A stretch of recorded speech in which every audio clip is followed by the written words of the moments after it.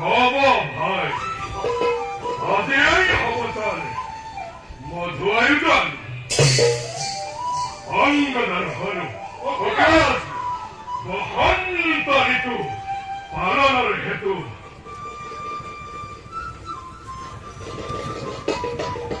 কোনো একটি সুরম্য স্থানতে হব লাগে নানস্পর্শী আনন্দের মেলা সেয়ে তার বাবে কপিরাজে ছাপকে নিশ্চিন্তে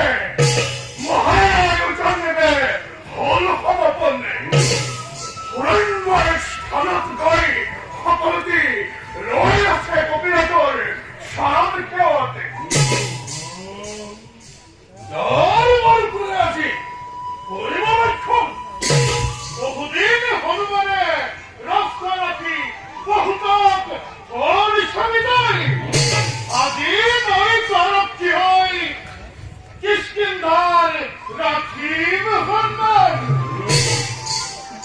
এনেহলে মুখ্য তোৰণত থাকিবি অংগদ গৰক্ষী হৈ হনুমানে গোপনে দূৰত থাকি অংগদক কৰিব সহায় হনুমান অংগদ আজিলৈ সহায় মানতে অংগ কৰা হওক